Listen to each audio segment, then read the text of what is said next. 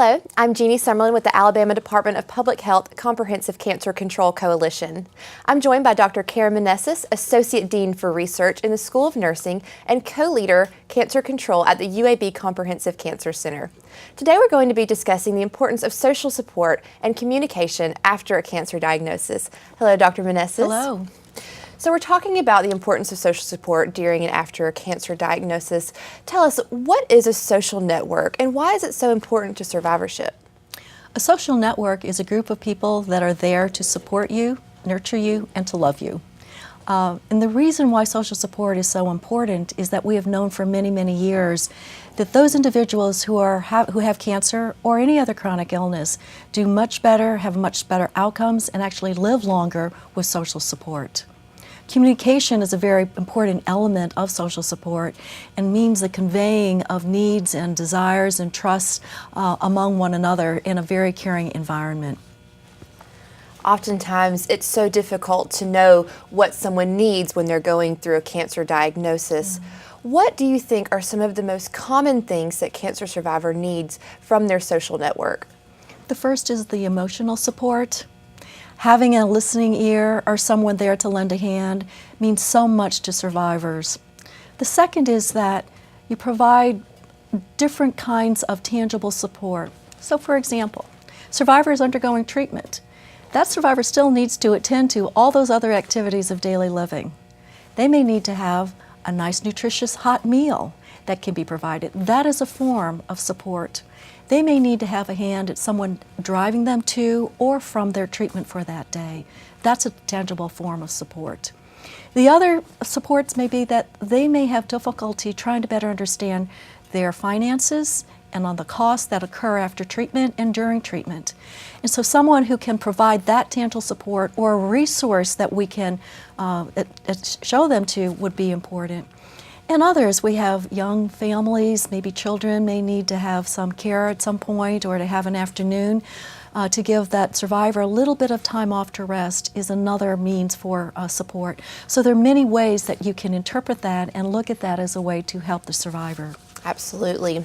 Well, while it is important for survivors to communicate to their support system what they need, it can often be a difficult conversation to have.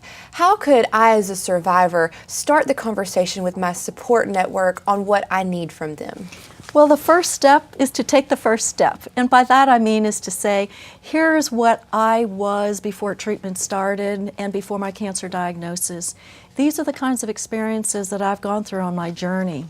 And reaching out to other survivors may also be very, very helpful from the very first step because it means that someone else has known and has gone through that journey before me or with me. But in addition to that, there are other people within one's network, such as friends, such as family, as well as work, that we need to have that conversation. So starting that conversation is the first step, but not having that very long conversation with that trusted friend or person is going to be the most important that can happen. Well, other than helping us out emotionally, what are some health reasons why having a strong social network is important to cancer survivors?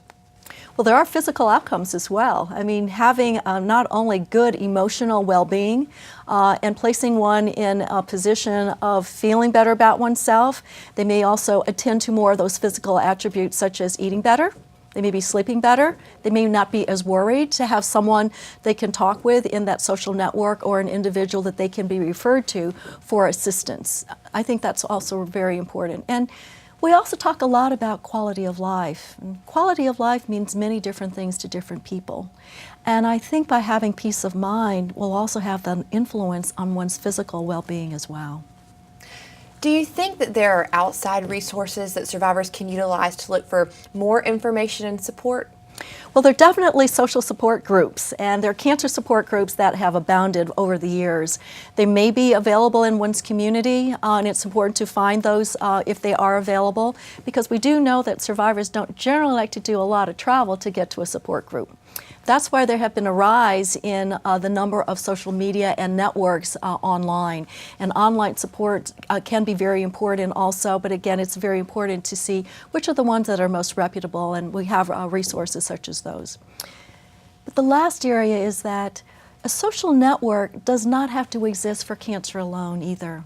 Somebody might have already had a very strong network prior to their cancer diagnoses, and to be able to return and use those supports are important. It may be through one's church, it may be through another affiliation, it may be through hobbies such as scrapbooking or a book club, it might be through physical activity. Might be through biking or even a partner that you've run and walk with, because those are other ways in which you can feel supported and feel nurtured and also exchange information through your social networks.